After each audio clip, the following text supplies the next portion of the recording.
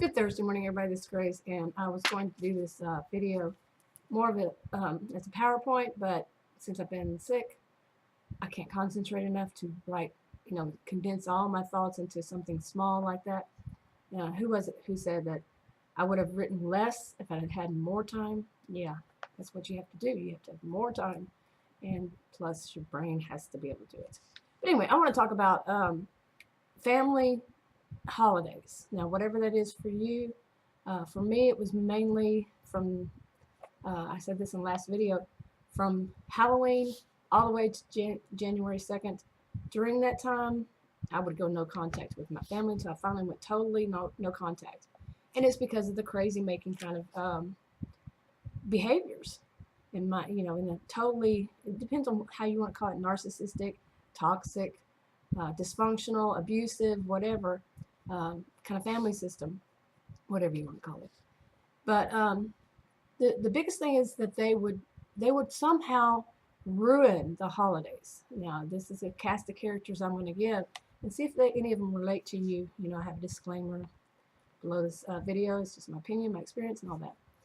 But one of the biggest things in all of it is that why they tend to ruin it is because it's not all about them. And how they ruin it is often trying to make it all about them. Each individual one wants to be the spot on the spotlight, everybody to look at them and how wonderful they are, and so on and so forth.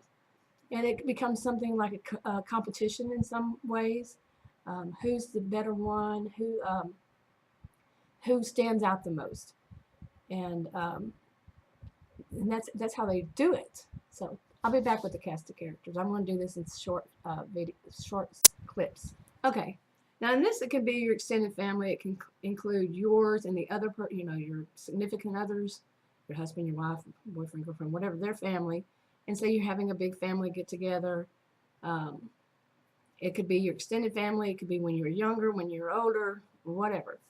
But there's always going to be somebody who's going, at least one, in my view, at least one person who causes problems. And but sometimes it's more than just one person. And such as, if you have a family where, especially extended, on one side there may have been someone who, these days they call them the golden child, the one that's, everybody said was wonderful, that kind of thing. And then so might yours. And then it really becomes a competition.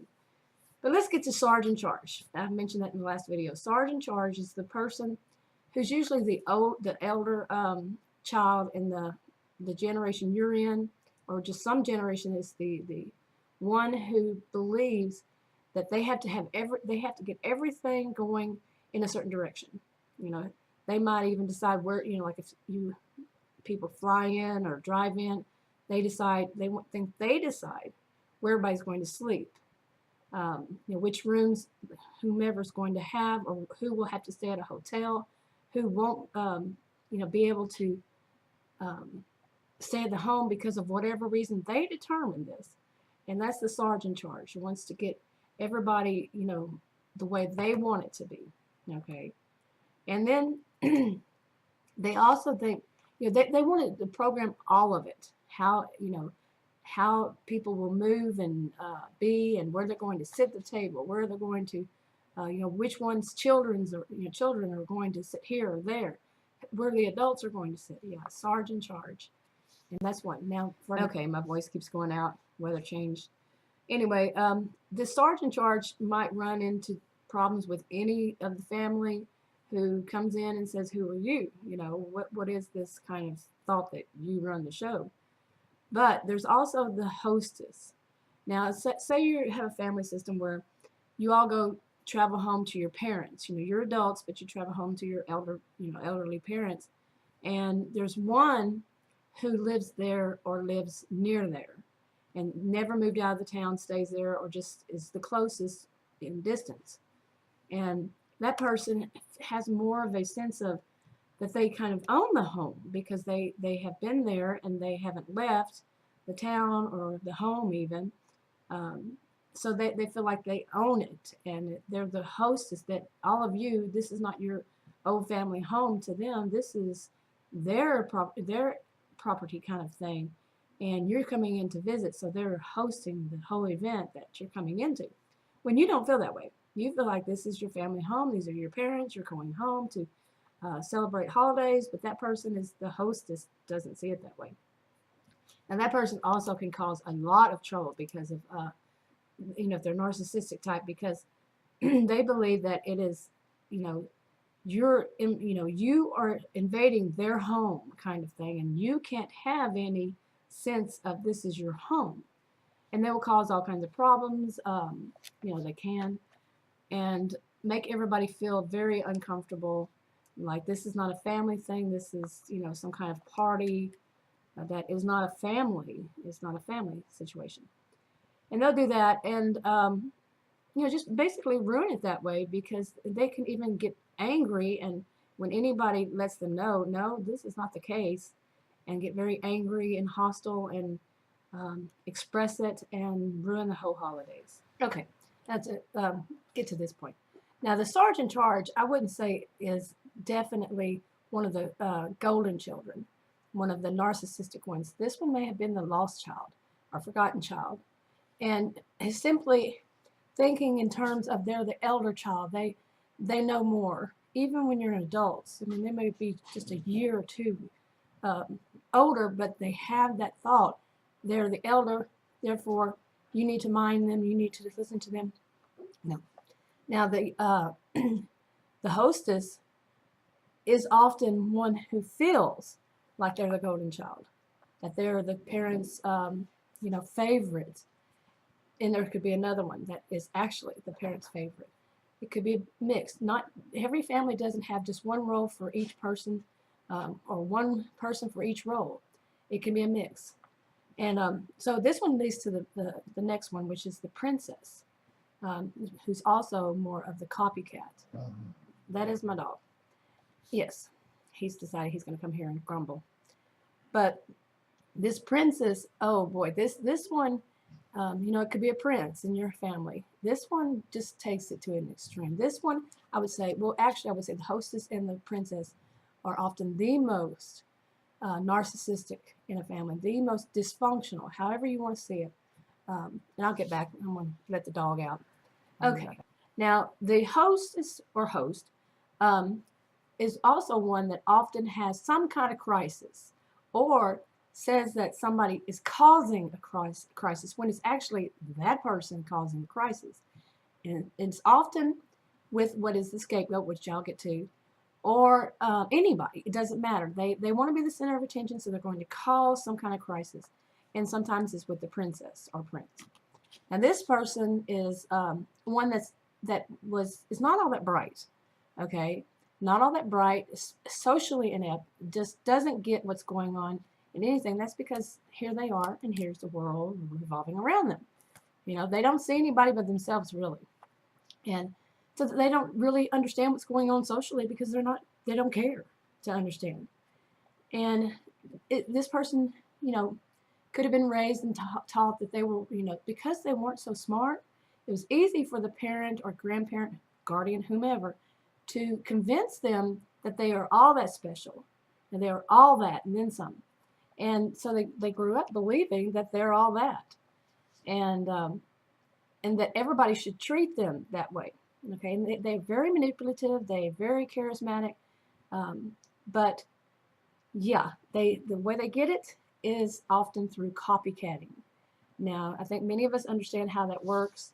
They're not that smart. They cannot come up with their own even personality, anything. So they copycat somebody. When one person has something that somebody likes, they find out somebody likes this about this other one, they'll copycat it. And often they'll take it, just hear about it and take it and run with it and say that it's all about them, that this is how they were, they thought of this, they are wonderful, this, it's all them. When they weren't, it could even be as little as a favorite color, and it's, oh, somebody likes that color too. Next thing you know, it's their favorite color, and it always was, and everybody else is copycatting them. It will definitely do that. And this one goes even further. Say, especially if this one doesn't live near the home, where it's going to be the gathering. They will ensure that at least one person, probably the copycat, mean, not the copycat, but the scapegoat or the forgotten child, they will make it to where that they will actually even say the words that everybody wants them at home. It's like if I'm not there, then the whole thing is not good for anybody. Yeah, that one will actually even say that everybody just wants them. Well, what's often the case, or might be the case, is that this golden child actually managed to manipulate their way into a good, position, job, has money, and they spend a lot of money because that gets them attention. Some of them actually do spend money on other people, but the whole reason is so they can get the attention of, oh, look what she bought, or look what he bought, bought me. And of course, the other ones are going to say, hey, this person comes and they give really good gifts. That's that dysfunctional side of the family. So that like I said, the princess or prince is not all that bright. They don't get that people are actually using them. The reason they want them there is to use them to get the gifts, and so on and so forth. They don't get it. They just don't get it.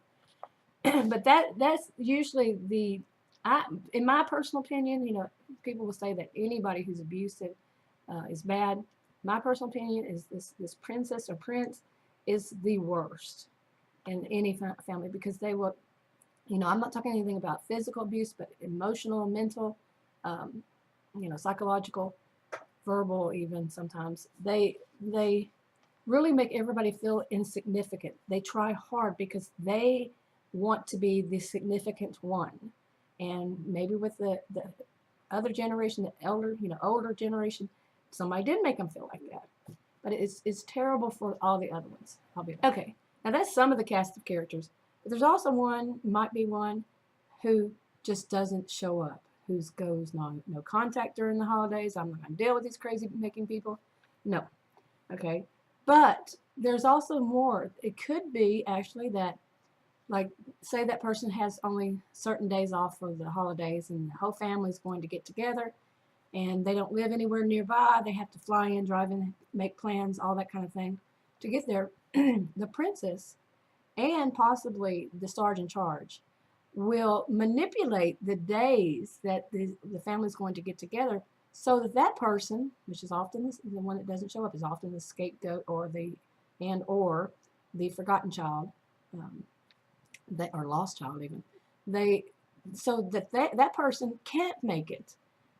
Suddenly the date was changed and everything would, maybe it would cost too much, or they couldn't get off work that day, whatever it was, they would, like cost to change the airplane ticket or whatever. They're going to ensure that person doesn't show up. Now, one of the reasons is because that person also might be the favorite of some family members, and that cannot happen. There cannot be anybody else, who's going to show up that is actually the one that somebody, one of the elders maybe thinks is wonderful or really likes, or they really are the person who has done something, other than, what the rest of the family did. Now, the hostess or the host is always going to be there, and so that one he excludes. So it's usually the prince or princess, along with, convinces the sergeant in charge that this is how it should be. So, more. Okay, now the scapegoating. Okay, so sometimes some people will say that the scapegoat of the family becomes bad to get attention. It might not be. It might be that scapegoat didn't even know they were a scapegoat in the family, and they're not bad. And there's so many different combinations, really. It's not all just, I'm a firm believer in one size does not fit all. But the scapegoat can also be the scapegoat to that group, those dysfunctional ones, and doesn't know it because it's all covert. It's all, behind the scenes. Okay, there would be no way that the true scapegoat knew, because they're not told. It's all whisper behind the scenes, and along that line. So they have no clue until one day something happens, which happened to me. My mother informed me of what it was the cause, and it was like, wow, I did not know that. I was in my I think, early 30s when she explained it to me. Yeah, I had no clue. It was all behind the scenes. Now, let's talk about going no contact, okay? Like I said in the earlier video, that I went no contact just during the holidays. I've said this already in this one, but eventually went total no contact. And I've explained that in a video too. Since then, things have been so much more peaceful, just so much more relaxing. Unfortunately, I keep having triggers that will bring back flashbacks. Sometimes they're good flashbacks, and that can be a trick. That can be something that might want to draw you back in. You have to realize, okay, no, they're dysfunctional. No, don't go back there. But it could be the bad ones, and then I've learned how to deal with them and go through them. But before the time that I went total no contact, and after I went no contact during the holidays, between those times, one thing that I learned that they would do, even though I wasn't there, they would try to triangulate me afterwards, with the rest of the year, and say, one would call and say this one says this, and the other one would call and say this one said that in the same situation, and they try to get me in the middle, triangulate me, So eventually, like I said, enough was enough. And I had the opportunity. Unfortunately, it was because my mother passed away and she was the only elder left. And so I went total no contact. And then, like I said earlier this year, one of the family members, I went total no contact with all my family. And earlier this year, one almost died 3 times because of this first original reason. And I could not have lived with myself if I hadn't at least been there. Okay, that's living with myself in this. Anyway, like I said, I went total no contact. Now, what would I say if somebody told me they had a situation like all these cast of characters and even maybe more? That's my opinion. It's just my opinion. Don't take it as advice. But what I did, total no contact. I mean, there are things, I was raised to believe family is all that's important. No matter what they do, excuse my voice, no matter what they do, you make up, you work through it. Recently somebody mentioned this and I agree, this is how it was. You be the bigger person and you this and that. You can spend your lifetime trying to do something and they're just going to keep hurting you and hurting you and hurting you and causing you problems and just too much. And that's up to you. What you do, that's up to you. But anyway, that's enough of this video. This is probably the longest video I've ever made, and that's enough. Now, imagine me trying to condense all this into PowerPoint. Oh man, that would have been a lot. I could have done it, but it would have taken a lot of time. Anyway, I'll talk to y'all later, and hopefully you'll have a happy holidays.